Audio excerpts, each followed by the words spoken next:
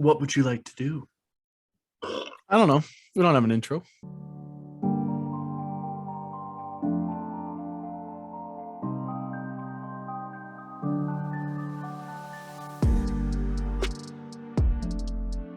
Welcome, everybody, to the Glacier Gamble. This is episode 38 of our sports section. We got some good stuff for you today. A lot of NFL news primarily. We got a shit ton of trades, franchise tags. We got some NBA news. Timberwolves are super good, better than whatever team is your favorite team. You know, Westbrook, Demarcus Cousins.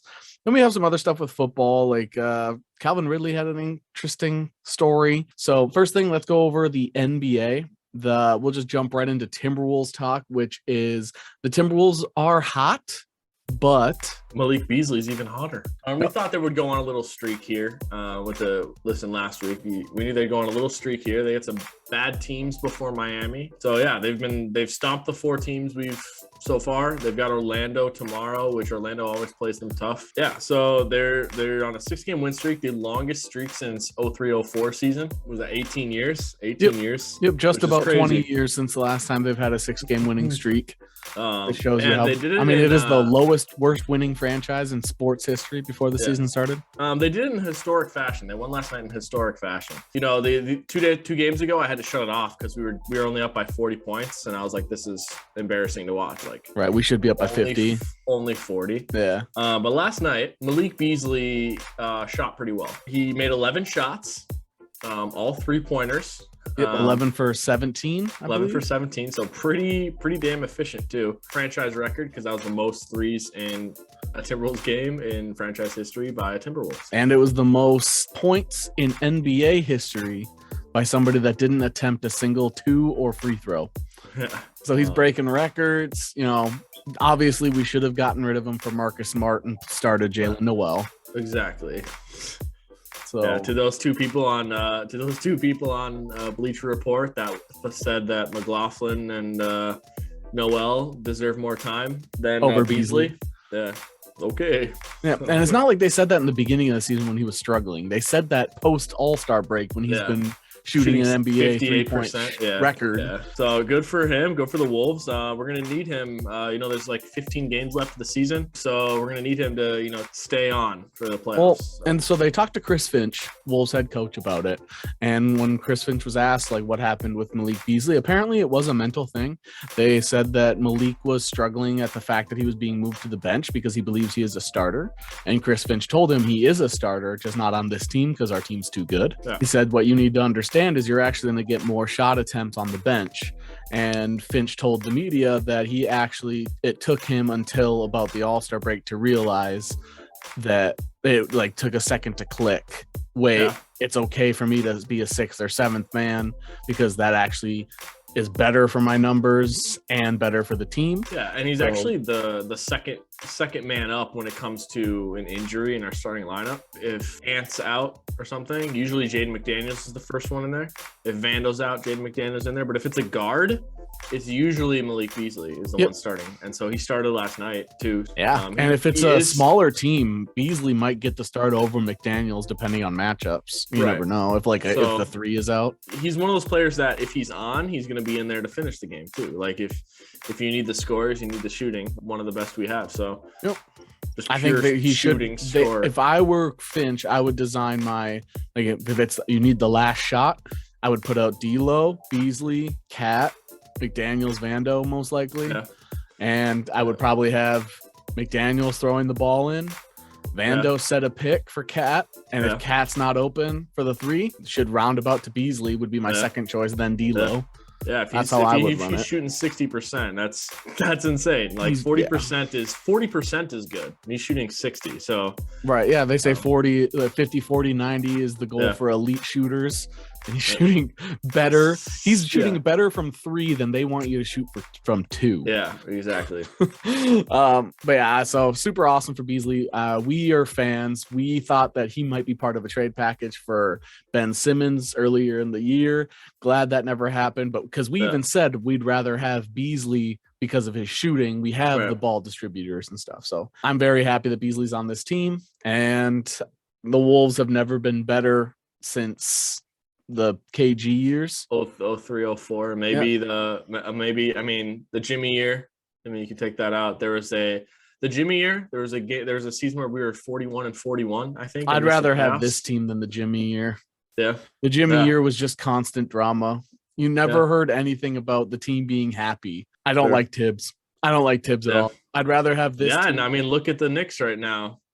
Even with the 6-game winning streak, the Timberwolves, before the 6-game winning streak, were 2.5 games back. After the 6-game win streak, they are 2.5 games back. So even if they end up in the play-in and are knocked down in the play-in, I'd still rather have this team. Yeah, and the Mavs are actually going they have like a 4-game road trip. So I don't know if we'll necessarily catch Denver because Denver's won 3 or 4 in a row. Yeah. Yep. But the Mavs have the same record as Denver. So we could catch the Mavs. Dinwiddie's been hot. But they lost their last game. They lost their last game, and they're going on the road for a couple games. Well, it just depends. Look at which one, see if either of them play the Lakers at all. You know that's a guaranteed win. There's a win there, yeah. Yeah, I think the only team I would say is worse than the teams that we've been playing as the Timberwolves is probably the Lakers. So yeah, right. Like Trailblazers, they were talking about as one of the least efficient lineups in NBA history. Oh yeah, it's bad. Like I don't recognize anybody out there. Yeah, it's not great. It's not fun to watch. Well, and that's the thing. It's like it's not entertaining. Right. That's the sad thing. Is it's like you said, you shut off the game, made a joke about it, like, oh, we were only up by 40. But it's like, yeah, even the winning team isn't having fun anymore at that point, because we've been a part of that in sports. Anybody who's played sports has probably been a part of the team that's been blown out or the team that's blowing the other team out. I've been a part of both. Yeah. It's about the same amount of fun on either side. The only part of that you have fun is when the game's over. You're having a lot more fun if you blew them out. But during the game, both people want it over. Yeah, right. Moving on, we mentioned the Lakers being terrible. Russell Westbrook was in the news, but instead of it being about his poor play primarily, it's about his personal life.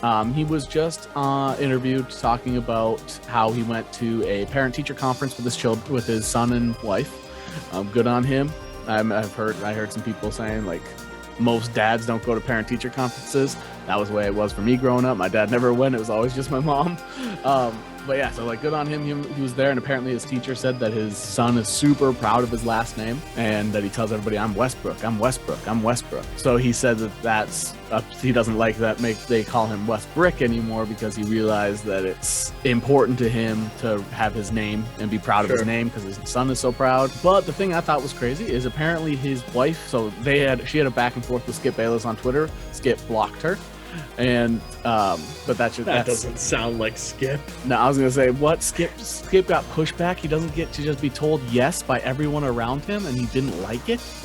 Not him. Apparently, she's getting death threats, not just online, but also at the game. So now her son and her do not feel comfortable at the game, which I think is absolutely like just ridiculous in general, online or in person.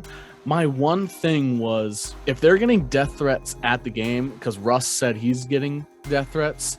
So Russ has had an issue with fans in the past, basically told if you do it again, he's probably going to face a very long suspension. I believe that was Utah when the Utah fan called him the N-word and it was something. And then, so he can't retaliate. So if somebody calls a death threat, even though it's a death threat, he can't retaliate because of what's happened in the past. Right. I want to know why nobody so he's got assistant coaches around him. He's got teammates around him. He's got the announcers next to him.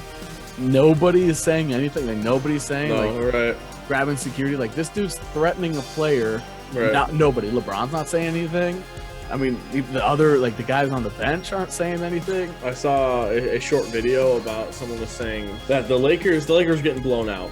Okay, the Lakers getting blown out. They were down like 19 or something. There's nothing but backups in, no name guys, right? I couldn't tell you the player's name. I'm sure the other Lakers like LeBron and AD and Westbrick couldn't tell you his name either.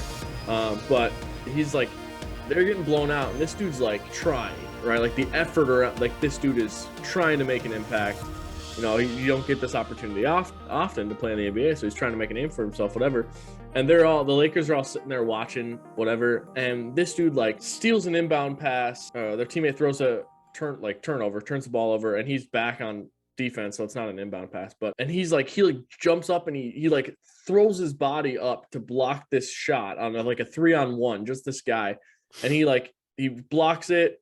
and like the crowd cheers a little bit. And he like falls down. Nobody helps him up, and the Lakers bench is just kind of sitting there watching. I'm like, this dude just made an amazing effort play, and the Lakers just like, whatever, like we lose. I would love to watch that clip and look at Vogel, see what his reaction was. Yeah, it just I saw that clip and I was like, well, this is why there's no chemistry. There's no team. Right, here. And that's what we've heard all year is there's the teammates have issue with LeBron.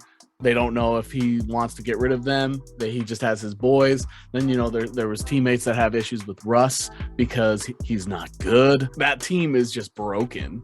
Yeah. It's so much more than just not doing well at basketball. It's just no chemistry. You and I were part of a team in basketball that was very similar in 10th grade. Yeah, we had no chemistry. It was just the favorites, the 5 starters. And the starters talked shit about each other in the locker room. Yeah. There was one guy who basically took the ball every time he could. Yeah. The other guys on the team used to talk behind his back constantly.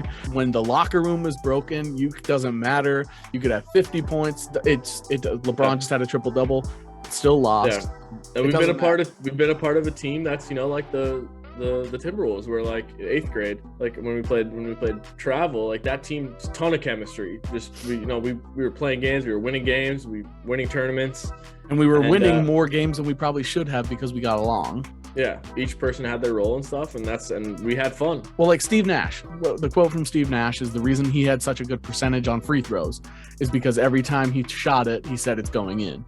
He said, in my head, I always said this one's going in. And I feel like that confidence you get from having teammates that you like is going to have an effect. Anybody who takes a shot knows that his buddy next to him trusts him to take the shot. Yeah. Because like everybody knows those guys on the team that when they take a shot and everybody tenses up, like, oh no.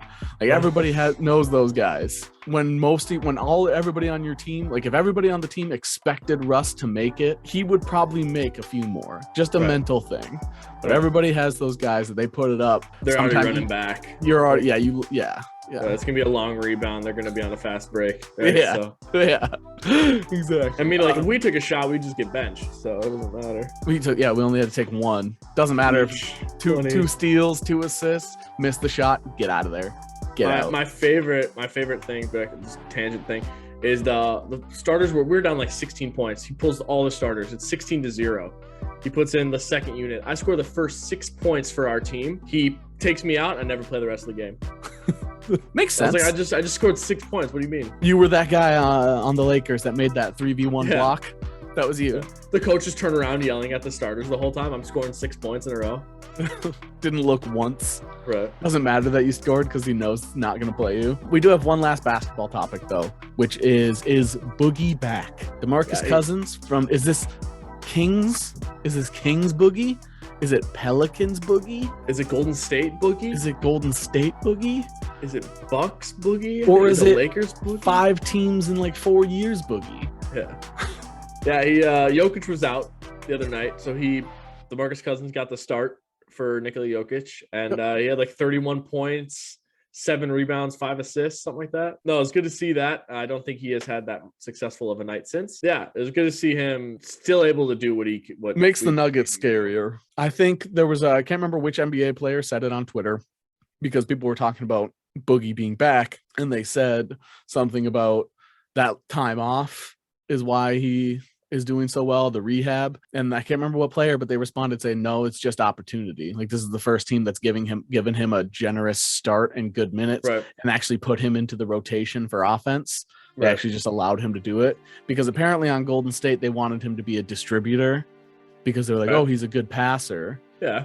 And it's like, yeah, we get that, but he's also one of the best scoring big men in the past 10 years. When he was at his prime, when he was with AD, they said it was the 2 best big men in the league on the same team. Like he was at one point viewed as one of the best big men in the league. Absolutely. Yeah. And if you're ever at that level, you'd have to take a pretty hard fall off to not be good offensively anymore. Right. I'm glad the Nuggets gave him this opportunity. I like Boogie a lot. He's one of those guys, just like Patrick Beverley. When he's not on your team, you probably don't like him. Yeah. I like him a lot. He's one of those guys that I feel like you would never want to be on his bad side.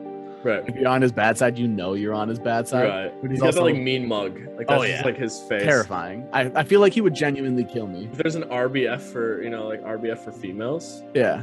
Like he's got that. Yeah, he always looks. Well, I mean, there's that clip of him where he dropped like 50 and he's just pissed off in the post-game interview. And it's like, okay, he's never satisfied, which is probably why he's so successful, but terrifying. Yeah. But he also seems like one of those guys when you're on his good side, he's probably like the best guy to be on your good side. Like he's always got your back. Like he just seems like one of those guys. So I like Boogie a lot. That's all we have for basketball news. We have a ton of NFL news, so let's jump into it. You said you wanted to lead the NFL. Yeah, so we got a buddy Mike. He asked text me earlier today and he's like, doing the podcast tonight. I was like, yep. And he's like, I'm behind on a couple episodes, but I was like, is there anything you want us to talk about? And he's like, well, I don't know if you guys have done this before, but there's a lot of like bad guys in sports. I'm not going to name any names. I'm just going to say like the bad guy. Duh. I'm just gonna say like a team, Texans. But I mean, if you can think of anybody on the Texans. So he's like, well, maybe like focus on the good guy. So I'm just to ask you, are there any players, NBA or NFL, that you see and are just like, they're probably a really good guy? I'll start with one that maybe we can agree with. It's not NBA or NFL, but Joe Mauer just seems like a good guy. Okay. You know what I mean? Like he just seems like he would do the right thing. He'd help an old lady cross the street, something like that. So you got anyone that you just come to the top of your head? Who you got? So I was gonna make a joke, but I'll hold off because for the strength of the segment, my first guy was Kyle Rudolph. That was the first thought that came to my mind because I've seen him in interviews. He was nominated for Walter Payton Man of the Year. Basically, I think it was 5 years in a row. Yeah, it was like him and Barr, or after Rudy, it was Barr. But and then when he left, I think he was the Giants nomination this past. So he's just I feel like Kyle Rudolph, and then he always answered correctly in interviews. He was never controversial. He seems like one of those guys that just genuine good guy. Jake Layman and Josh Okogie just seem like good guys. I don't know. Probably Anferny Simons has felt that way for me, but I don't know as much about him as Kyle Rudolph because we were around Kyle Rudolph. I feel that way. Like Anferny Simons seems like just a really nice person. Jaylen Brown from the Celtics. Yeah. Okay. Seems like he'd be a really, really nice guy. Let's think of another. I'll go back to football. Try to think of a football player. Brian O'Neill. Okay. Brian O'Neill could be, yeah, I could see that. Yeah. I feel that way. A lot of the thing that I hear about football from a lot of ex-football players, current football players, is the offensive line is where you have the most fun. Is when you're hanging out with the offensive linemen, that those guys are. So I wouldn't be surprised to hear a lot of offensive linemen. We brought up, I've heard that the Pouncey brothers are super fun to hang out with. Okay. I don't necessarily think of them as like good guys, but because they had a couple of those controversial videos they recorded. But I think a lot of people would think of a lot of offensive linemen. Maybe fullbacks. What's his name? The Jets defensive lineman. He's like 3 years in the NFL now. Quinnen Williams. Every video I've seen, he's just beaming, smiling, always smiling. He's dancing, smiling, just seems like a super nice guy. Sure. So Quinnen Williams would be up there for me. Yeah. So there's a few of those guys. We can give them some shout outs quick, but yeah, there's a few of those guys I think are Jaylen Brown for sure, Quinnen Williams for sure. Kyle Rudolph was my first thought. Sure. There's a couple guys that jump to my mind, and then when I think about it a little bit longer, I'm like, probably not. Dalvin Cook seems like a super nice guy on and off the field. Those tried not to think of just Vikings, just Timberwolves. I also wanted to think of a variety. I was trying to think of baseball players. I just don't know enough. Yeah. And I have a very negative opinion of hockey, so I'm not going to be able to think of a single hockey. Yeah, I'm not going to. Every bully in our high school was like the worst of the worst people were always hockey players. So I just have such a bad image of hockey. And then I asked my dad about it. He's like, yeah, hockey players and wrestlers were the bullies when I was a kid. It's like, yeah, hockey players, man. It's just I can't think of a hockey player and be like, probably a nice guy. Yeah. It's not gonna happen. But anyway, yeah. There you go, Mike. Those are our good guys. Jaylen Brown, Kyle Rudolph, Josh Okogie. We said more. We said Quinnen Williams, Joe Mauer. Said a few more, but yeah, a few of those guys I think deserve some good shout outs. Sure. now that we've moved on from good guys, the first thing is actually breaking news as we started recording that I wrote down. Khalil Mack is on his way to the Los Angeles Chargers, which if they are not adding Joey Bosa in there, which I'm guessing they wouldn't, they're going to have Joey Bosa and Khalil Mack on the same team. Sure. And Khalil Mack, he's struggled to stay healthy. Like obviously when they brought him in that first year, that was when the Bears were like 11-5. Yeah, I think that was the Parkey. I think that was the Parkey. Yeah, so they were like their defense was like top 3 or something. So and then since after that trade, he's dealt with a lot of injuries and he hasn't been able to stay on the field that much. Somebody that plays that hard, you gotta expect injuries. He plays so. If the Chargers can, like limit him, bring him in for special packages, put him right next to Bosa, and just watch that side of the whoever opponent's line just crumble, then yeah. I mean, I think that's a good trade. I don't know exactly what they gave up. There was no details yet. That's how fresh this is. Yeah. So, but I mean, you're getting a amazing player. Like at one point, you're getting a Hall of Famer player. Yeah, one of the best defensive players in the league, if not the best at one point. I'm glad it's in the AFC because I don't want to deal with that. Yeah, I'm fine. The Bears lose Akiem Hicks and Khalil Mack. It's nothing but good news no wonder Rodgers wanted to stay. We'll get to that later, but like the Bears lose Khalil Mack and Akiem Hicks. Yeah, and the more on the AFC West later, but. You're gonna need some pass rushers in the AFC West. So right, they looked at the other teams in their division and they were like, God dang, who's on the market? Right. All right, let's just start at the top. Let's look at the best guys. Call those teams until somebody says we'll talk about it. Right. And then the Bears answered and they were like, all right.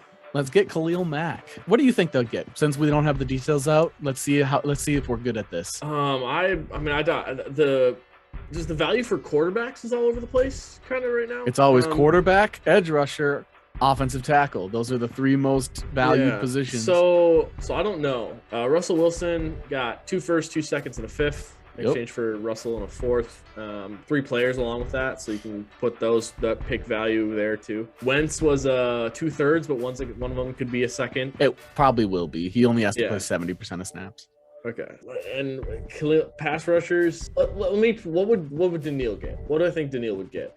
I think Daniil would get 1 first-round pick, and that's probably a middle round pick with we'd mostly include a pick and get a mid. That's probably what I would say. Like Daniil in a 6th for a 1 and a 4. Yeah, or 1 and a 5. Like so I think that maybe a player that no one has heard of. Khalil Mack, injury issues. I still think you get a 1st. I agree. I think you get a 1st, and then it'd probably be you'd probably attach a pick to Khalil Mack and get a mid pick and a player. I think it's probably similar to what Daniil would get. Daniil would get, yeah. Because health. I think you would get slightly more than what Daniil would get because Daniil's had more injury. His are sustained injuries on a part of the body that regularly gets re-injured. Well, yeah, it was like a lower back and a spine. I thought it was like a pec, or maybe that was bar. He tore a ligament in his chest, and he also had a spinal issue. Yeah. I think Khalil Mack will get more than what Daniil would get. I think Daniil would get probably a 1st.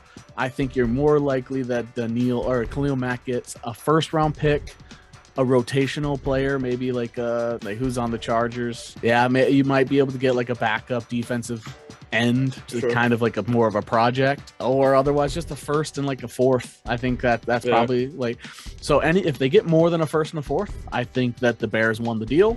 I think if they give up less, I think the Chargers win it. So before the deal comes out, that's our guesses. Yeah. See if we're good at this thing. I mean, people are talking about things that we talked about 2 weeks ago.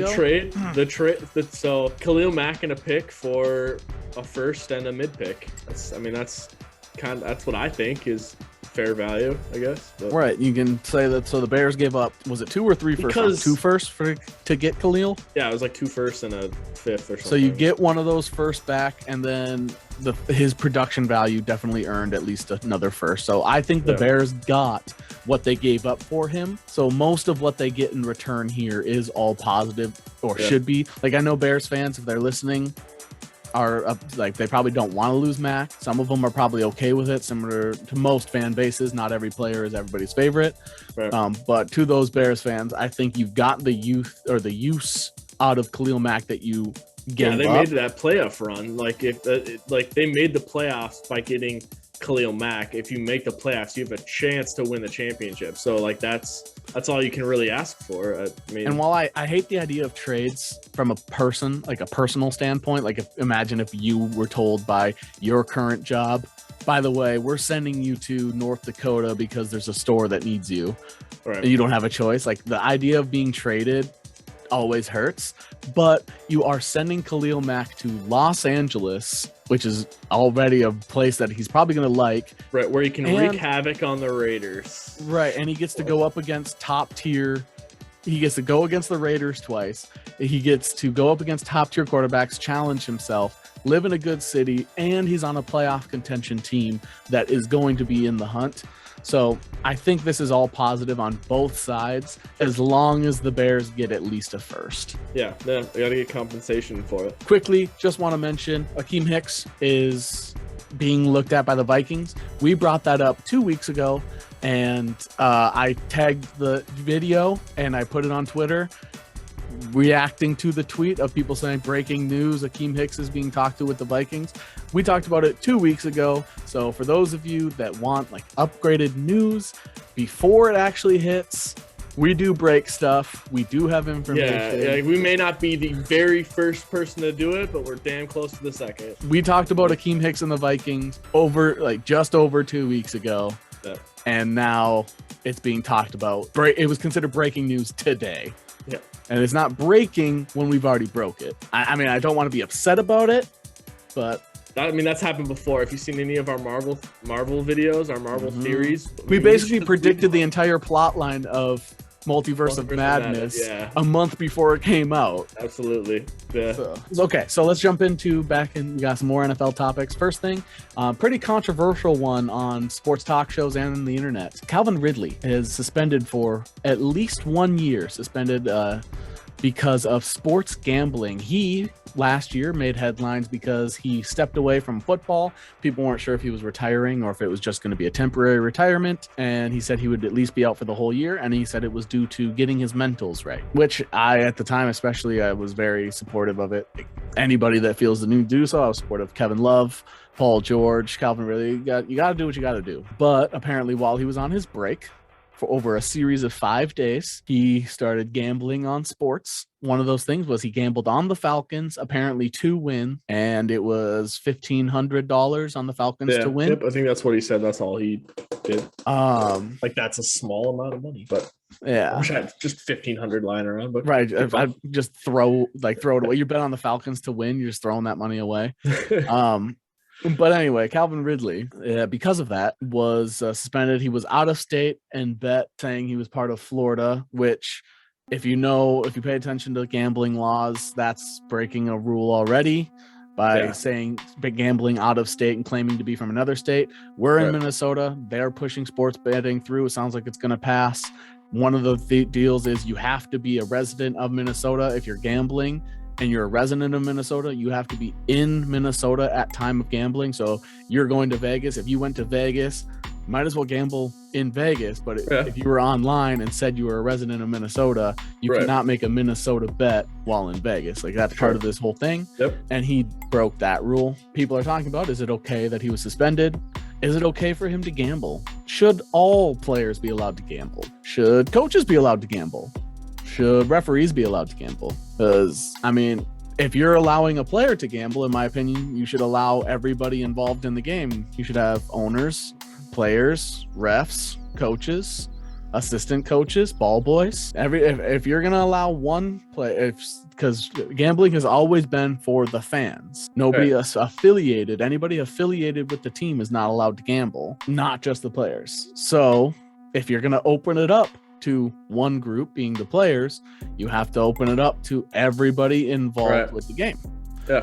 I know that's a harsh take or maybe a radical take, but gambling on a sport has never been allowed. Any sport does. Like if you're a player, I don't care that he wasn't playing. What do we always hear from players from any sport? You don't know what goes on in the locker room. Fans only know 1% of the stuff that's said in locker rooms. All right.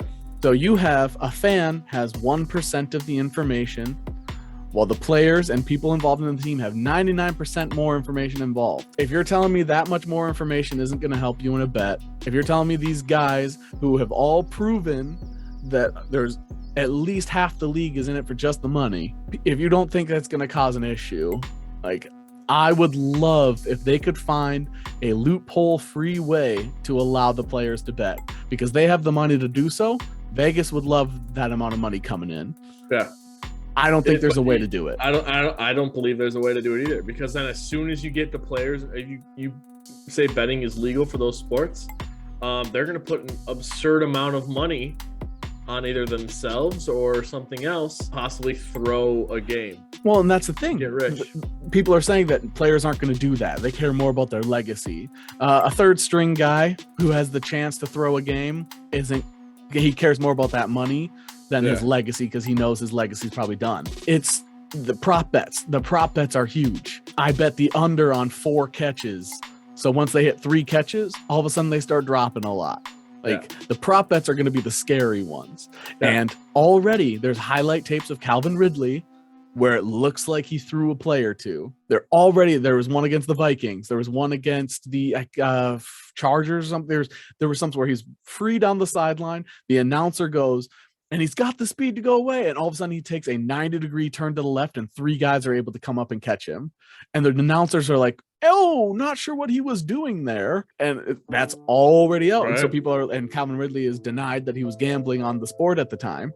But that's, as soon as you allow it to players, that sort of stuff, every time a player looks like it could possibly have been a dive. Oh, it hit anytime a ball hits a receiver's in the hands. Right now, it's just, it hit you in the hands, you should have caught it. From then on out, it's going to be, it hit him in the hands. He's betting on it. He's got money on it. Yeah.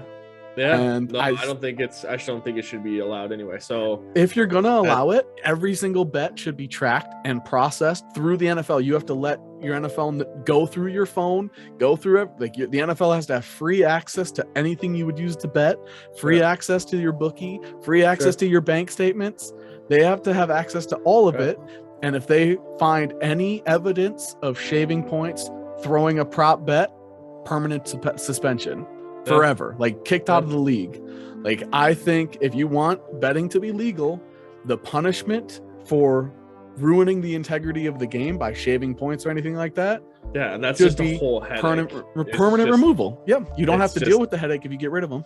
Yeah, but then that's going to be half your league. Right, and then you're cutting the player, and it doesn't solve the fact that team lost potentially because of somebody shaving points. So it is so much messier to make it legal. Absolutely, and there's just no way. There's no way to do it. Yeah, and people who are saying that's harsh. That's saying that it's harsh. You only $1,500 5 days. They probably wanted to be like this can't happen. So here's a year suspension. Right, and other people are like, well, they're pushing gambling. They're all sponsored by gamblers. Yeah, who are they pushing it to? The people watching the game, the fans, the ones that are allowed to bet. They're not pushing it to their players.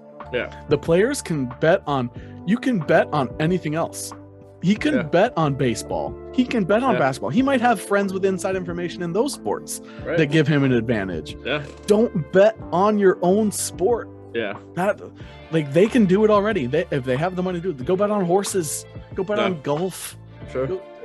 The Olympics, just have bet on the Olympics. I can't see them doing it in a successful way that makes everyone happy, that doesn't make every single play of the game questioned. Yeah.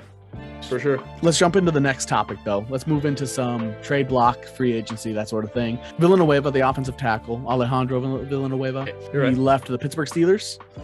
And then he was on the Ravens. He just retired off the Ravens. The reason I think this is big news is because Lamar Jackson took a big dip in efficiency when Marshall Yanda left. Villanueva is one of another top offensive lineman, and now he's gone. They traded Orlando Brown. So I feel like the Ravens are going to still be on the decline. They're always going to be competitive because of their defense and their head coach. With Villanueva gone, I'm nervous for Lamar Jackson. Yeah, they got playmakers, right? They got Mark Andrews, top 3 tight end. They got Hollywood, right? They have 2 good running backs. They've been itching for another wide receiver for quite a while. Sammy Watkins didn't really do anything. They got Rashad Bateman.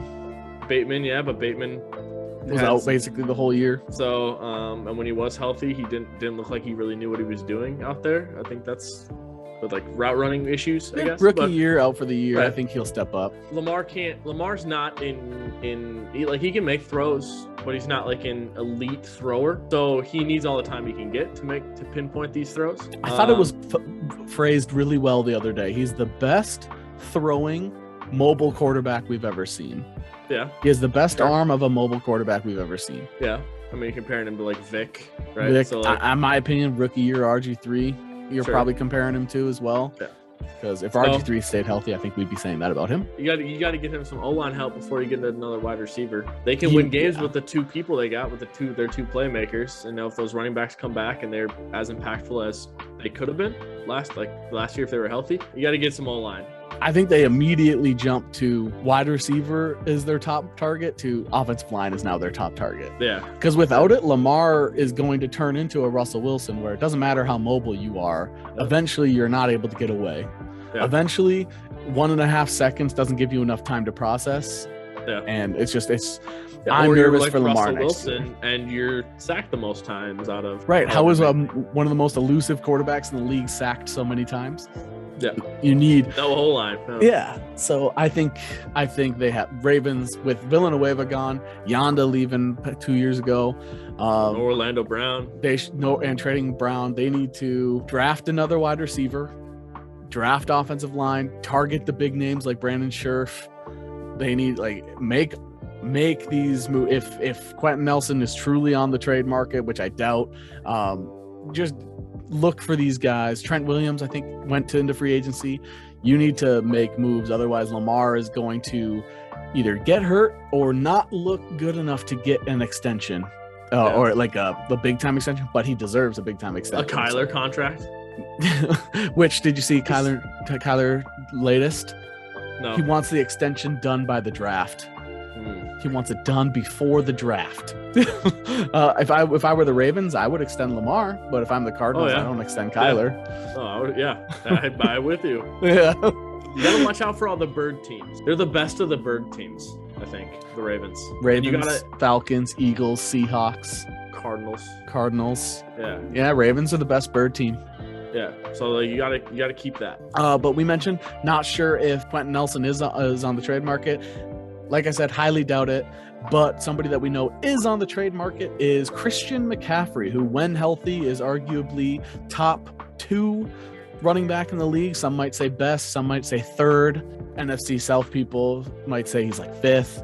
But top 5. I mean, you could place him anywhere and make an argument for the other 4.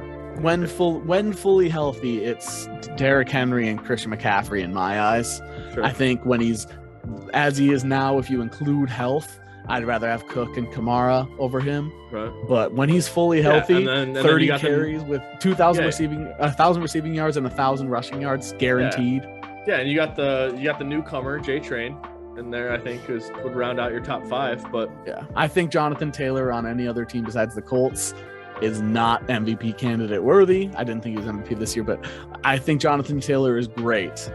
But I think just like DeMarco Murray with the Cowboys, you got to look at what's in front of them before you look at how their production is going. I think Jonathan Taylor has the advantage of having an incredible offensive line and a good offensive coach. But he is easily up there, arguably. I just don't think he's Kamara, Henry, Cook.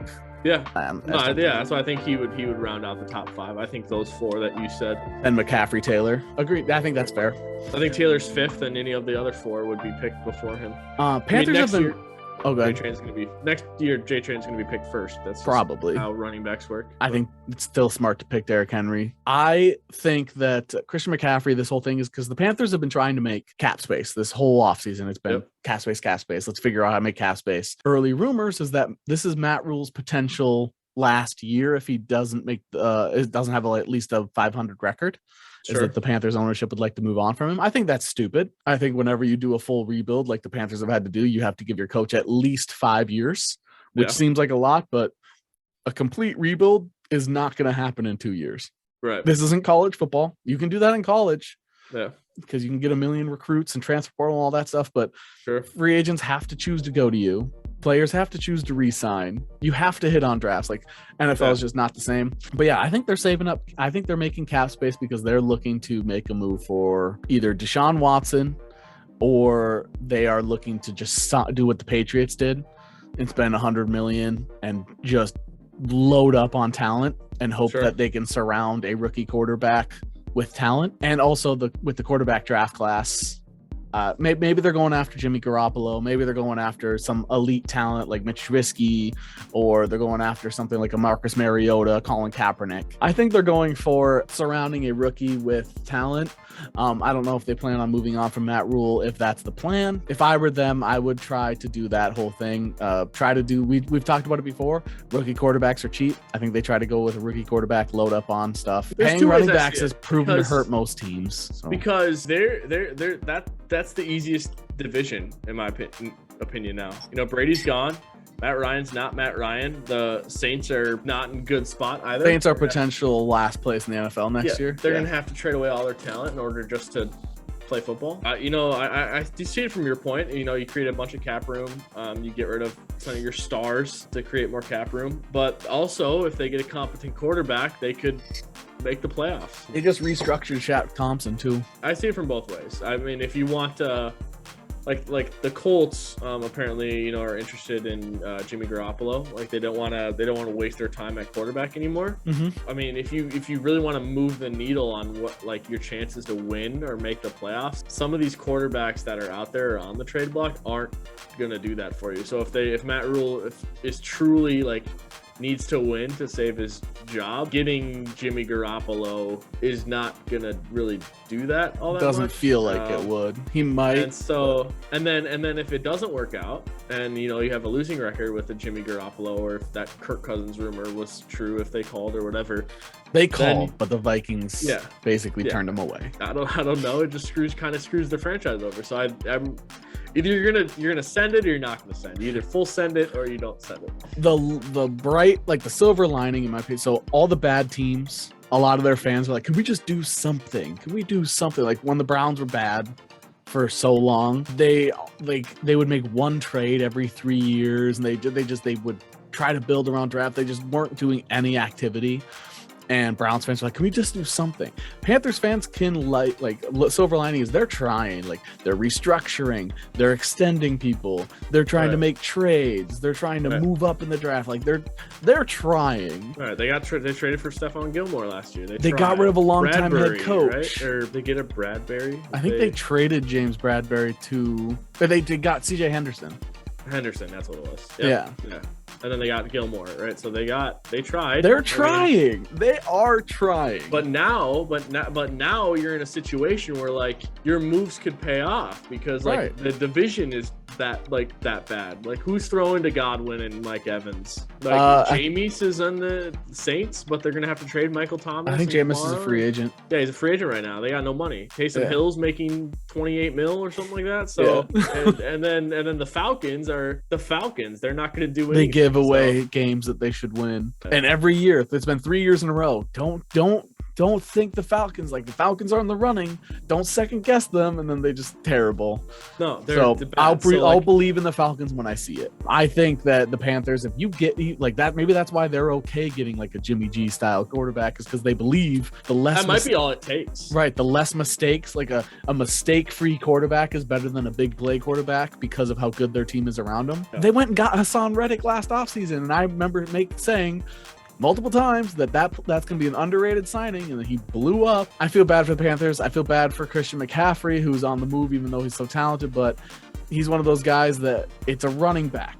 He's not going to get a big haul. There is a chance that he doesn't even get a first-round pick. If Panthers fans are watching this, would you get rid of Christian McCaffrey for a second-round pick? Or would you say, no, we need 2 firsts and a player? Because he's not a quarterback. You're not doing that. Trent Richardson got a first. Right, but teams that are fans of teams are always overvaluing. Right. So if we do have a Panthers fan watching this, I would love to know, what would it take to give up Christian McCaffrey to you? Because it sounds like the team is listening to any and all calls. Last I checked, 8 teams had called them about Christian McCaffrey. What would you do? we're doing picks with Khalil Mack and Daniil Hunter. What would you do? Well, Chuba Hubbard, I think, is amazing. Yeah. I wanted the Vikings to draft him because I don't think Madison is as good as a lot of people think. I think Chuba Hubbard is good enough to be a full-time carry guy, and then you can always draft somebody to split with him. To free up cap space, I would probably be willing to give up Christian McCaffrey for like a third and a sixth. I don't think his value is very high. Okay, I think that way about most running backs, by the way. I was thinking like 2.5. 2.5.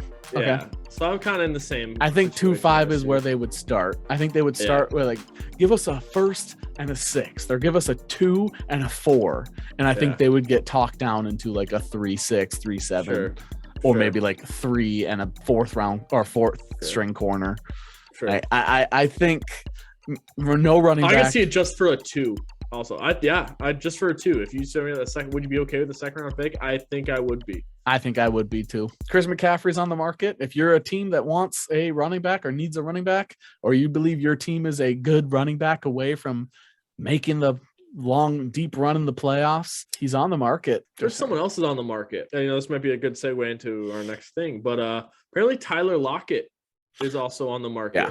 Yep, he is on the market. Apparently the Seahawks were potentially going to throw him in and ask for Jerry Jeudy, and the Broncos didn't want to do it. I have no problem with the Broncos receiving core right now, so why would you break up that? Yeah. And like we said about Noah Fant leaving, it's like there's still so many tight ends that are out there right now. So the best tight end free agency market in probably NFL history. We have a video on it. Yeah. So Tyler Lockett is on the market still. A lot of Seahawks fans I've been seeing on Twitter and on like Bleacher Report, ESPN Plus, I've been seeing a lot of Seahawks fans saying they would rather get rid of DK Metcalf over Tyler Lockett. I don't know what he did to them, but that's kind of weird. I get Tyler Lockett is more versatile, but DK Metcalf is more of a stereotypical number one. Yeah, I think DK. I don't think Lockett's bad, but I think after if you're going full rebuild, get rid of them both. Exactly. Like if Russ is gone, which he is, but DK Metcalf is probably the next best player on offense. I would say if you're going full rebuild, if your team is going full rebuild, get rid of them both. If you think that you're gonna win, I don't think you should trade Tyler Lockett. You could get another first for DK. Like you could with what we got for Diggs was what, like a 1 and a 4, 1 and a 5, something like that. That's probably similar to what you get for DK. So you might get was a 1 and a 3, I think we got. So you're looking at that 1 and a mid pick. If there's one thing the Seahawks need, it's capital. They need picks, man. They had 3 picks last year. But it is a good segue because along with Tyler Lockett, one player that the Seahawks did trade is Russell Wilson. Mr. Unlimited is gone. Who do you look for inspiration? Mr. Unlimited. Oh, that clip. Anyway, Russell Wilson's gone. He is on the Denver Broncos of all places. Everybody thought they were thinking about Aaron Rodgers. Apparently, they made an offer for Aaron Rodgers 2 weeks prior, and the Packers said that they were planning on re-signing. But so then they went out, and they apparently were thinking about Deshaun Watson, Russell Wilson. There was one other quarterback that I saw reported that they tried to make an offer for. Kirk was I don't think Kirk was ever made an offer for, but Kirk has always kind of been on that radar because George Patton was here. But I didn't expect that to happen either. They successfully got Russell Wilson, it's no longer Sports Authority Field, I don't think. I can't remember what it's called. 6 picks in that trade. 6 total picks. 4 players. I think it's fair. The Washington Commanders also traded for a quarterback that we'll talk about, but the Washington Commanders apparently made an offer of 3 first-round picks for Russell Wilson, and the Seahawks said no. Last year, the Chicago Bears reportedly offered 4 first-round picks for Russell Wilson, and the Seahawks said no. So I think this is all proof what the Seahawks wanted was players in return. Yeah, I was just thinking if the Commanders called me and were like, hey, we want Russell Wilson, I would have responded with, okay, we want Chase Young. Right. And then there would have been no segue at that point. And I'm guessing the same thing happened with the Bears last year. They're like, hey, we want Russell Wilson. They're like, okay, we want Khalil Mack. Nothing happened after that. I would assume that they asked for Font, they asked for Shelby Harris, and you said there was a third player from the Yeah, well, Broncos? probably the best player in the trade. I'd have to go like the best player in the trade in general. Drew Lock. Oh yeah. All these elite quarterbacks getting traded: Carson Wentz, Russell Wilson, and then you got the signing of Aaron Rodgers. But Right. No one's talking about Drew Lock. Nobody's talking about the Seahawks getting the best quarterback. Seahawks getting the best quarterback in everything, which is future Hall of Famer.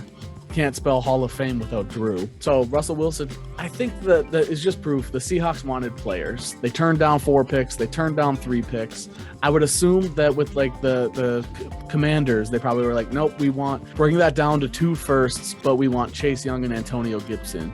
Yeah. And with the Bears last year, they were probably like, no, 4 firsts, Darnell Mooney, Allen Robinson. They were probably asking for all these different.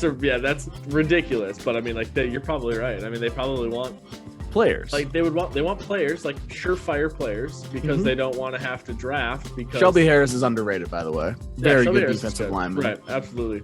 I think against the run, he's awesome. Yeah, and then, I mean, they needed a quarterback because they have to start someone. Broncos I think he's still, based on his total career, he's the second best quarterback in the division. Based off of how I think he's going to perform, I think he's third best quarterback in the division. In the best quarterback division in football. Absolutely. Without a doubt.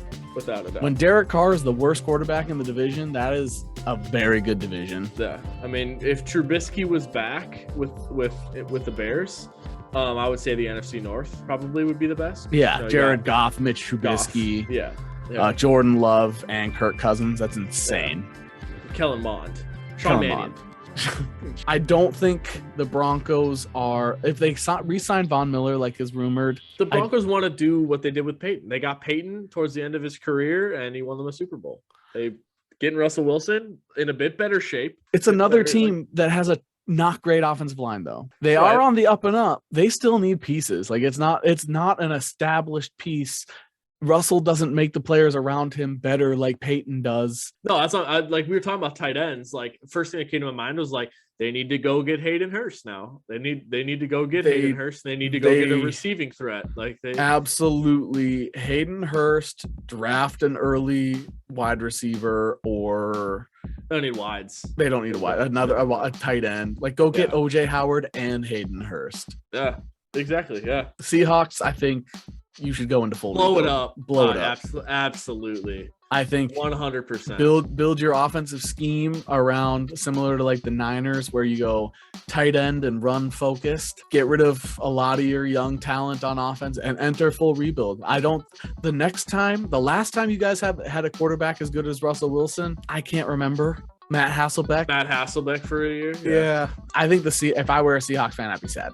I'd be very sad because I understood that everybody knew the team was at odds, like Wilson and Carroll and all that. But to choose a guy that has like super bad control issues with Pete Carroll as the guy that you went with instead of Russell Wilson, that's pretty rough. Overall, I think the Broncos won the trade.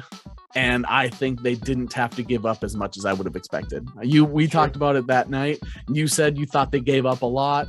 I said I thought they didn't give up enough. I think overall they gave up a lot, but how much is a franchise quarterback worth? I mean, you're right. But 2 1s, 2 2s. I mean, the 5th and 4th are interchangeable, but like 2 1s and 2 2s, like that's. If you removed the name Russell Wilson and you said you were getting a quarterback that went to 2 Super Bowls in his first 3 years and won one. Yeah, but like if I'm giving up 2 1s, 2 2s, 3 players, and a 5th. Like I'm giving away 8 things. I'm giving away 8 things for one person. Yep. Well, it's like he also got right. One person to pick. Right.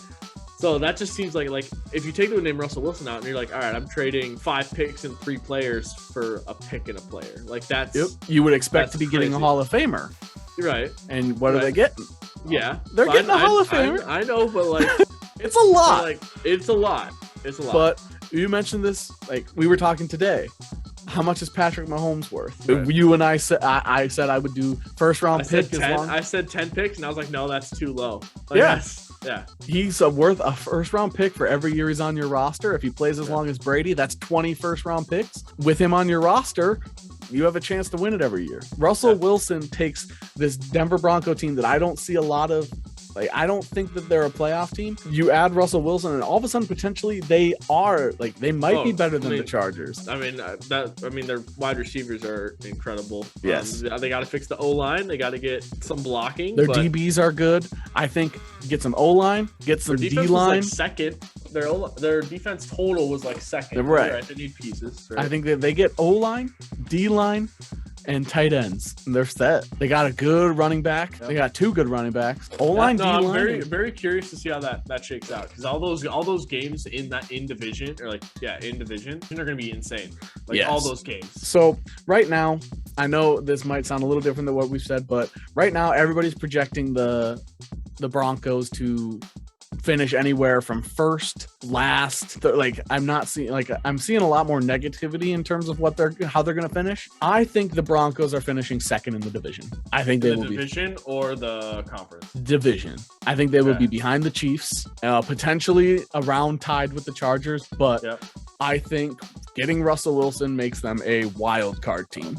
We have a couple more big news, including next we'll do one other player the Seahawks decided to move. That player, though, that we mentioned is Bobby Wagner, cut from the Seattle Seahawks. Pretty insane, considering he's been considered like the best middle linebacker in football for 8 years. So it's been a long time. I've always had other players that I've liked a little bit more, but I've never argued that he's like not top 3. Like, he's always, in my eyes, top 3. He's so good. It'll be interesting to see where he goes. You tweeted that out probably too. The Broncos. It's probably gonna be.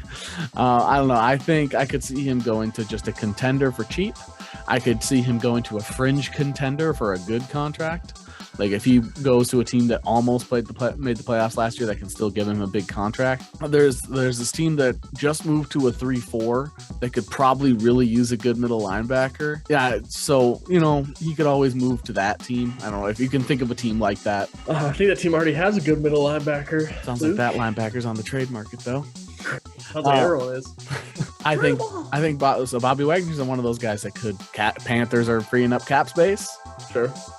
That's a division that we talked about as the open. I don't know where he would go, but there are many.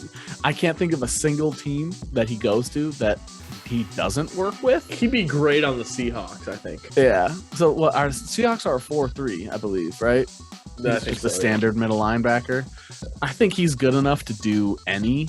He could be a 3-4 out, the 3-4 middle, a 4-3 out, a 4-3 middle. So I don't think there's a the Buccaneers. The Buccaneers had Levante David, and then they drafted a guy who played like the same position because they knew Levante David could just move, and Levante David moved and was still one of the best linebackers in the league. I think Bobby Wagner is the same. No matter what team he goes to, he doesn't have to play middle. He doesn't have to play Mike. He doesn't have to play Will. He can do whatever. I think that's insane that they got rid of him. I don't know what was the reasoning behind it. Full rebuild. But he tweeted out saying Sherma Prophet, as in Richard Sherman, and that sounded like direct shade at the awful management of Pete Carroll and GMing of an owner. Wherever Bobby Wagner goes, that team is immediately going to get better, and wherever he goes, I am going to immediately look at the surrounding talent, the division, because he is a quarterback of the defense, quarterback level talent. So there was 3 other major quarterback news. We'll go over the biggest name. Let's just do it. Right. Seattle Seahawks, even though they got rid of Wagner, even though they got rid of Russ, they got Noah Fant, they got Shelby Harris, but now they easily have best quarterback in their division. Right. Probably best quarterback in the conference. I was thinking down the things, and I was like, okay, Jimmy G, I can hold it back. And I was like, Stafford, guy. Drew Lock.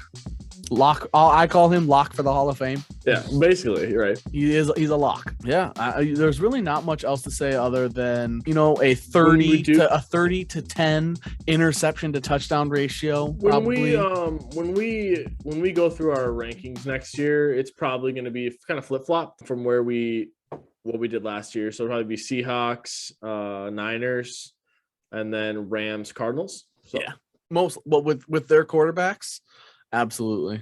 Yeah. 100%. I mean, if you're saying that the AFC West is the best like quarterback division in football, then you got to say the like NFC West is second. The best. Yeah, second. I can't think of a better division. I saw some people saying they're looking to potentially upgrade at quarterback. No need. Yeah, I don't know why. I mean, like even their backup quarterback is really good too. So yeah. The next quarterback though, throw Rogan, Aaron Rodgers. Aaron Rodgers re-signed with the Packers, 4-year extension. The details haven't been released because apparently the 4-year $200 million is not true, is what Aaron told Pat McAfee. In my opinion, I think he told Pat that because as soon as Russell Wilson news overtook him, he was like, no, make them not know my contract so that we can bring me back up later once the contract deals. Once this all settles down, we'll bring up the details of my contract. Sure. Then I can be back in the news. Because my next cleanse starts next week too. So yeah. So I'm not going to be able to come to your show because I won't be able to sit down. Yeah.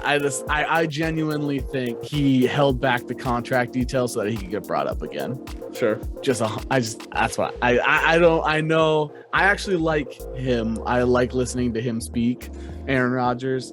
But man, dude claims to not want attention, but he loves attention. Oh, absolutely. I would be totally fine with somebody who loves this amount of attention if they just said, I want this amount of attention. Like there's plenty of people out there that are just straight up like, I'm a celebrity because I want to be popular. Right. I'm a famous athlete because I want to be the best. I want to be known as the best. I don't want to drag out this whole thing with my contract. You guys will know, month goes by, nothing happens. Right. Contract, Aaron Rodgers extended. This is the contract. No, the contract is wrong. Or who's the source? Aaron himself. He is now the best quarterback in the NFC. He is a surefire first ballot Hall of Famer. Dude loves attention and is fake as hell for saying he doesn't love it. Right. The last quarterback, though, probably the second best quarterback in all the news. That's right. Similar stats as Kirk Cousins, apparently. Yeah. Oh, no, I don't think it was Kirk. I think it was someone. It was Herbert. Carson Wentz from the Indianapolis Colts leaves after 1 year with the coach that's always believed in him. Crazy, first of all. I expected them to want to move on, but I honestly didn't think they'd be able to. They got rid of Wentz to the Washington Commanders. He is now going to go up against the Eagles twice a year. People are worried about Ben Simmons when he goes to Philadelphia. It's going to be similar when Carson goes there, except Carson did absolutely nothing to Philly. It's not like Carson sat out. Carson was always just hurt and didn't play well. Yeah. Ben Simmons literally just sat out. So and didn't play well. The Commanders upgraded. No matter what you think of Taylor Heineke, no matter what you think of Carson Wentz, they upgraded at quarterback. Carson Wentz was not a bad quarterback last year. In my opinion, he did okay. The defense let them down. The Colts were supposed to be a top 5 defense, and they were like 20th with only a few weeks left to go in the league in the year. And then they shit the bed against the Jags. That's why they lost and weren't able to make the playoffs. Like, and that's not Carson Wentz 100%. Like, yes, you're going to put the blame on the quarterback, but that's also coaching and defense. Yeah. I think they were a good team with Carson Wentz. I thought what they needed to upgrade was the defense. Yeah, and then probably a weapon or two as well. I like T.Y., but he's fallen off. I like Michael Pittman, but in my opinion, he's a better 2 than he is a 1. I think he's very good, but I don't think when you think of the top wide receivers in the AFC, you got a long list of names before you think of Pittman. Right. You're going to want one of those guys that jumps up. I would think of like the Bengals. They were the AFC representative in the Super Bowl. I would take Tyler Boyd, T. Higgins, and Jamar Chase all before Michael Pittman. Yeah. There are teams with more than one wide receiver that are better than him. So I think the Colts need a weapon and defense, and I think Carson Wentz did fine getting those weapons the ball. Yeah, I'd like to see them bring back Mo Alley Cox and actually not necessarily use him as a blocker 100% of the time because they just run the ball. Yeah, but he can catch some passes. He's good. I like Mo Alley Cox. Yeah. Anything with a Cox in their name, too, is I can get behind. I'm a big fan of Cox, for sure. I like a lot of the guys that they have on defense, too. I like the Colts. It's just Darius Leonard, his immediate tweet, definitely to me seemed like he did not want Wentz gone. Thanks for everything. Like, see you, brother. And he said, great, a 5th quarterback in 5 years. Yeah. This is supposed to be the face of your team, the leader of your team, and you just swap them out. Eventually, one will stick, right? No, it's actually a better chance that they stick when you give them time. Crazy. I think Wentz is going to do well in Washington. I think Washington is another one of those teams. You were supposed to have a good defense, and it didn't perform. If they upgrade their defense, Washington will be flipped with Indianapolis. They're going to be an unexpected team that does well. Yeah, I mean, yeah, they're in a terrible division. They really just have to be, they just have to be average. Yep. You know what I mean? Like, if you're average, you can beat Philly, you can beat the Giants. Like, if you're average, you can honestly beat the Cowboys. Yeah, but the Cowboys just win. Like, they usually just take first in their division by like 10-5 or 10-6. Exactly. So I don't know. I would not be surprised to see the Commanders take 4. This is the definition of Carson Wentz. I would not be surprised if the Commanders took 4th in their division. I wouldn't be surprised if the Commanders took 1st in their division. Yeah, exactly. Yep. I think that's probably what the Colts thought too. And that's probably why they want, which the rumor is they want Jimmy G. The rumor is okay.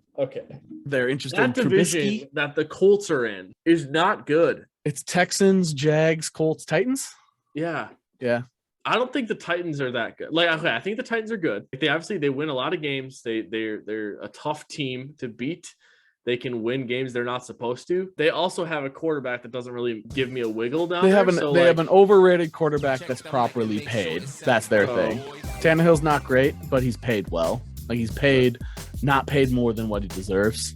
Because he's like 28 million. So I believe he's under 30. I wouldn't give Tannehill more than 30, but he's also starter caliber quarterback. Maybe. Oh, it just doesn't. Yeah, see? Maybe. Like, I don't know. I don't think the Titans are great either. Like, they have 2 really good receivers, and I don't think Tannehill can throw for 300 yards in a game. Like, I don't think, like, if I saw Tannehill throwing 300 yards, I'd be like, oh, wow. Like, that's, like, when I think Tannehill is like 187 yards, 1 touchdown, 2 picks. Oh, I don't see the 2 picks. And a Titans win. If you told me Tannehill had 187 and 1 touchdown, I would be like, okay. And then Derrick Henry probably had also 187 and 2 touchdowns. That division, there's a lot of divisions that are like, it could go to anybody. But with the Commanders, apparently they tried to get Russell Wilson, and they tried to get Patrick Mahomes. So they went Patrick Mahomes first. I thought it was a joke. Then they tried to get Russell Wilson, and then they settled for Carson Wentz. That's a big settle. Yeah. There's other names. They could have called up for Carr. They could have called up Jimmy G. They could have called up for Kirk. All those, they might have. It's just the names that got the clicks and got the news are going to be Mahomes and Wilson. That's why we mentioned earlier, we were talking about what is Mahomes worth. The reason we talked about what is Mahomes worth is because apparently the Commanders offered 4 first-round picks, and the Chiefs basically hung up. And then apparently they offered 3 first-round picks for Russell Wilson. Right, he's 26. Mahomes? Patrick LeVon Mahomes, yeah. He's 26. Is worth more than 4 first-round picks. He's worth more than 5 first-round picks. I think he's worth more than 10 first-round picks. Yeah, I think he's worth 15 first-round picks. Yeah.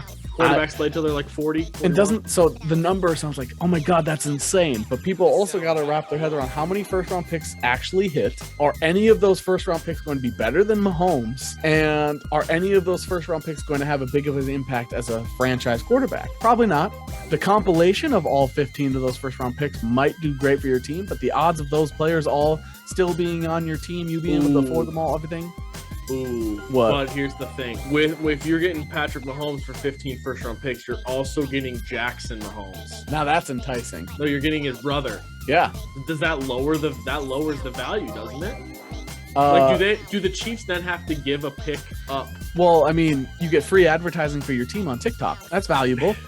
Yeah, but it's free money. You literally are getting free money. Content. You have a free social media manager. That's a whole position you're not paying. Just saying, Jackson Mahomes has his value. Yeah, I think a first round pick for every year he's a starter on your team is what Patrick Mahomes is worth. We have 2 last things. Let's go over Vikings news, and then I don't know if we'll cover the last. That's going to be a clickbait title. Patrick Mahomes for 15 first round picks. Yeah, I can definitely split that one up. So Minnesota Vikings, apparently. First, Pat Mack. Oh, wait. Yeah, okay, you're doing what I was going to say. Let's do the Indy thing since we just did We just talked about, the Colts. One of the players that, they're looking for a quarterback. Pat McAfee today on his show said, give me Kirk Cousins in Indy now. He's like hitting the table, wasn't he? He's like, give me Kirk Cousins in Indy right now. I think Pat McAfee is electric. I love Pat McAfee. Big fan. I thought Kirk sucks. I think he knows a lot about football. much like we do. Right. So if somebody who's smart, played the game, was around a guy like Peyton Manning, players today still respect his opinion. He talks to the best quarterback potentially in the NFL, a top 3 quarterback in the NFL every week. Probably knows a good amount about quarterback talent, right? Right. I would assume so, yeah. Kirk Cousins has been on his show before. I think he's only interviewed once. But I watched that interview. He was very mundane but professional. And Pat said he was cool. Kirk in a nutshell. It is Kirk in a nutshell. So this would be the Colts want him. The Panthers wanted him. The Eagles wanted him. The Niners wanted him last year. The Niners wanted him last year. Yeah. We mentioned multiple other teams last week that were trying to trade. Linked to Washington, possibly. Going back to Washington. So all these teams must know nothing about football. The Rams also wanted him too, but they decided to go with Stafford. None of these teams know anything about football. Clearly, the fans, especially the Vikings fans, the 50% or 60% that say they want to move on from Kirk, they know so much more about football than these guys getting paid millions to do so. To make all these moves, right? Absolutely, yeah. I thought Kirk Cousins sucked. There's no way Kirk Cousins would go to a team that believes that they're a playoff team, potential Super Bowl team like the Indianapolis Colts believe. There's no way they believe Kirk Cousins would bring them to the Super Bowl because Kirk Cousins can't win in the playoffs. Yeah. Kirk Cousins can't. He sucks. Kirk Cousins doesn't elevate those around him. Absolutely not. No. I don't get it. Why would Pat McAfee want Kirk Cousins when Kirk Cousins is a bottom 2 quarterback? Mitch Trubisky, Marcus Mariota are available. And you want Kirk Cousins? Yeah. Makes zero sense. You're probably done watching the Pat McAfee show then now, aren't you? I wouldn't go that far. I like Pat. But, maybe I'll have to mute him when he starts talking about football. Because he clearly knows nothing about football. If the Indianapolis Colts were to get Kirk Cousins and they were to draft couple weapons. Say they re-sign Mo Alley Cox and they get probably 1 or 2 good receivers to put by Pittman. Allen Robinson's a free agent. They got A-Rob. They got Pittman.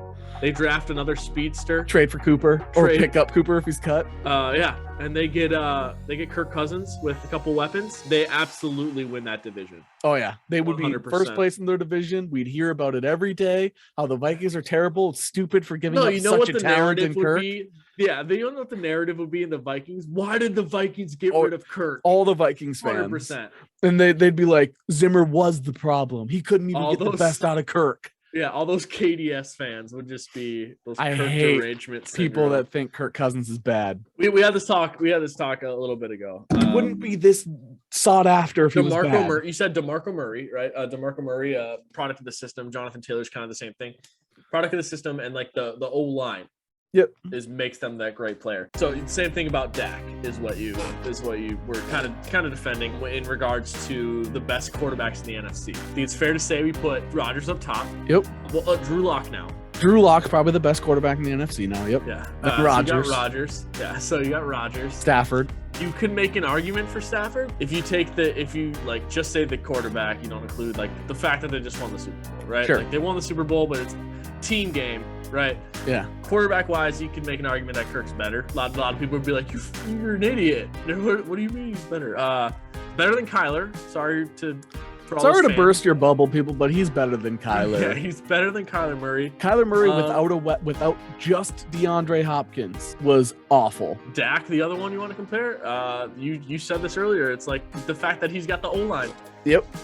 Dak, everybody's talking about, like, Dallas fans say that Dak's O-line was terrible, not as good as everybody thinks. Dallas's O-line is so good because of the DeMarco Murray years, but they've gotten worse every year since then. They're still a top-end offensive line. Absolutely, yeah. His best numbers are when CeeDee Lamb, Michael Gallup, Ezekiel Elephant.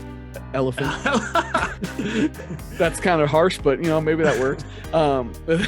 Amari Cooper are all healthy. Without one of those people, usually Gallup's not there, and Zeke fell off. But without one of those people, his numbers take a steep decline. I think Dak is a huge product of his successful system. I think Kyler Murray proved that he needs a lot more help than what the Cardinals currently. I know the Cardinals need a lot of offensive line help, but I thought their weapons were amazing, and without D-Hop, he made his weapons look like they were the Colts. It was not good. I agree, though. I think you can argue with Stafford that Kirk is better. I think Stafford is better because they're very similar. They had the same narrative. They can't win in the playoffs. They can't take a good team far. Stafford took all that away by winning a Super Bowl. They both have good arms. They both have a good deep ball. They both are great. Like, they get along with their teammates. I just think Stafford edged them out by getting a Super Bowl. Right. Without that Super Bowl, I probably think they're kind of a wash. You can take either. But I mean, no, you can make the argument that Stafford's better than him. You can make the argument that Kirk's better than him. It depends. Like, I would accept either on any given day. But so I think Kirk is the fourth best quarterback in the NFC. Kirk, Stafford, Rodgers, Lock. Okay. I think if he wasn't good, yes, the NFC is way weaker quarterback-wise than the AFC, because if you move him to the AFC, Kirk takes a pretty steep fall in my eyes. In the NFC, he is up top. He is near the top. Statistically, just eye test. I don't think any of jawline.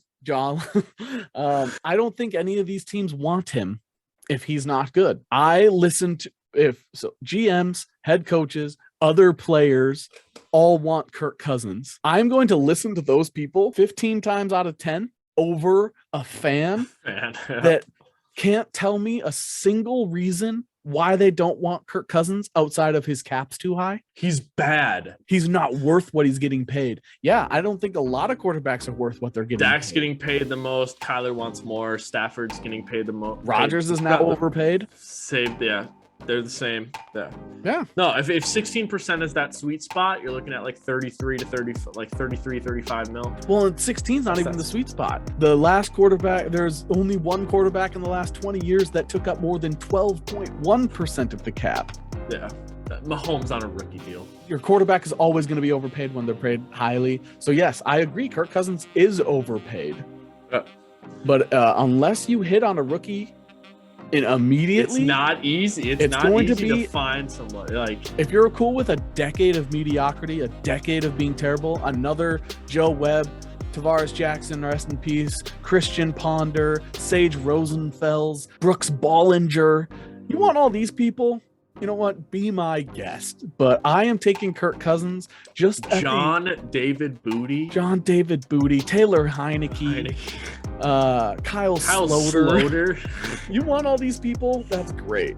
But to believe that Kellen Mond is ready to take over this team and think that he's going to do as well as Kirk. Think that Malik Willis at 12 is going to lead us to the promised land. We're not going into like college football talk yet, because we mentioned that last week. That we'll go more into depth. Hot take when we get to there. I don't think Malik Willis is a first-round quarterback. I think he is the best quarterback in the draft, and he is not a first-round quarterback. I might bite my words. I say this about every NFL draft prospect. Please prove me wrong. I love being wrong when I say a player is not good. I love being wrong because I want to see people succeed. I don't think Malik Willis is a first-round quarterback. I don't think there's any quarterback that you can find on the market. The one I see all the time, everybody keeps saying, trade Cousins and get Marcus Mariota. Marcus Mariota is a great option. I think 5 and 12 is wonderful if we want a good first-round pick. Yeah, that'd be great. Trade Cook, trade Kendricks. Let's do it all and sign Marcus Mariota. I'll love to get a high first-round pick next year. Yeah, exactly. But speaking of that, Cook apparently on this trade market. Eric Kendricks apparently on the trade market. Michael Pierce apparently on the trade market, and Adam Thielen. All are people that the Vikings are not only taking calls on, but openly calling other people to see if they want. I'm sure any, like, if our top seven cap hits, 4 of them are right there. Yep. And the other 3 would be Harry, which I also think they're probably listening to calls for. Daniil, I'm sure they're also listening I thought to it was calls interesting for. Neither of those were on the list, because that means they must view them as the leaders that they don't want to leave, no matter what, if it's rebuild or not. I'm sure they're all taking calls. I mean, Kwesi's probably listening to any and every offer, whether they accept it or not. I'm sure we've mentioned it. I think they're taking calls on everyone but O'Neal and Jefferson. Yeah, I agree. And maybe some of the rookies, like if you want, like the rookies that didn't get to play last year, all like the other 11, and all the ones that you're going to be drafting now, and any free agents you pick up. Yeah, I don't know. We mentioned it. If you listen to previous episodes of the podcast, We mentioned it. I think Kendricks is a good chance he's gone because of the move to 3-4. We talked about what it means to move to a 3-4 for our team. We kind of broke it down. What Kendricks does well fits best in a 4-3. His biggest faults are what are going to cause him to fail in the 3-4. I think he's smart enough to fix it, but I think he's better off being traded for his success. I want to keep him. I think Kendricks is most likely gone. The problem is if they do trade even 2 out of those 4, I would expect them to be heading into a rebuild mode unless they make a ton of free agent signs. Right. And I mean, we were 29th defense last year. Getting rid of these people, let's see, they're out of our top 7, there's 3 on offense, 4 on defense. So Pierce, Kendricks, Harry, or Daniil. Getting rid of one of those players is going to hurt the fan base. Like the fan base is going to be like, oh, what are you doing? Thielen, though. I love them. But just defense. I mean, those 4. Getting rid of any of those 4, like, yeah, they'll suck, sure. And the people will be like, no, I love them. Right? They're my son's favorite player. I have 2 Harry jerseys. Get rid of them. If you get rid of any one of those 4, the chances of you being better than 29th are still good. Yes. So like you could say that it would be better for us. Fans tend to do that. Overall, in the long run, Thielen is the biggest one you got to get rid of. Yeah. He's a $16 million cap hit. If you think Kirk Cousins is overpaid based on production, Adam Thielen is probably next on your list. The game of football isn't consistently inside the 20-yard line. If it was consistently inside the 20-yard line and they had to go 20 yards to score a touchdown, Adam Thielen would be the best player in the league. One of the proposed overtime rule changes was each team gets a red zone attempt, gets 4 red zone 4 downs in the red zone. They don't get to kick a field goal. It's just 4 downs in the red zone. If you don't score, the other team gets the opportunity. If they don't score, it's a tie. If either of you, so you start at the 20 and you get 4 downs to get a first. You get 4 downs to get a touchdown. That was one of the proposed ones. Sure. I doubt anything came of it, but if that went through, Thielen becomes a lot more valuable. He has the second most touchdowns for a receiver in the last 2 years. I just think that if your goal is making cap space based on production, Thielen's gone, Daniil's gone, Pierce is gone. Those are the first 3 I get rid of. The Vikings were second in the league in sacks without Daniil, basically the whole season. They were. I listened to K-Fan. the other day, and they were going through. For those the roster. listening, that's our local radio show. Yeah. They were going through the roster, and they're like, how many of each position stays? So like, they were looking at the D line, and they said Daniil and Wanham would still fit. They thought Pierce was gone. They said Dalvin Tomlinson and Armon Watts could still work in this. Linebackers, they said Barr was the only one that would fit. Yep. Barr is a natural 3-4 middle. DBs, Cameron Dantzler, only one. It's exactly what I said. God damn it. Cameron Dantzler, the only person. And then safeties, Harry and Bynum. Why am I not paid to do this? When you said, so who fits in the 3-4? That's every single person I said. That's 8 people. I do think Kendricks is smart enough, and they could use him in a special way that would work in said scheme. And then they said when they were going through, they're like, you might as well just move Chaz Surratt to like a safety at this point. He's also one of those guys, if he's cool with it, I think would be an amazing gunner. Like he could be a career special teams guy. There's plenty of guys that have made great careers just accepting a special teams role. I think he's better than that, or the potential. I don't know if he's ready now, but he's not big enough to be like that. He's like a linebacker, but he's not small enough where he's like a safety. So like he's kind of in a weird. He needs the right coaching. If he gets the right coaching, he could easily be a sub nickel linebacker. That's what they were saying. Just move him to that spot. But without that coaching, he's a career special teamer that could be a great special teamer. We'll see what happens. I think they're gonna get rid of a few of those guys, which doesn't necessarily mean rebuild, but it heads a little bit more towards You've said this before. You're fine with them getting rid of anybody outside of JJ and O'Neal, in my opinion. Darrisaw's probably somebody you want to keep too, but outside of those 2.5 people, I'm fine with them getting rid of anybody. As long as we as fans can see the direction, and we know the direction the franchise is trying to go in. Well, that's actually all we have for sports talk. We had one last topic, but we don't really have time for that. So a lot of people got franchise tagged, just news. But that's all we got for your sports talk today. got some good Vikings talk, got some good other big news covered. So you all look great today. We will see you next week because we are here every week. GG.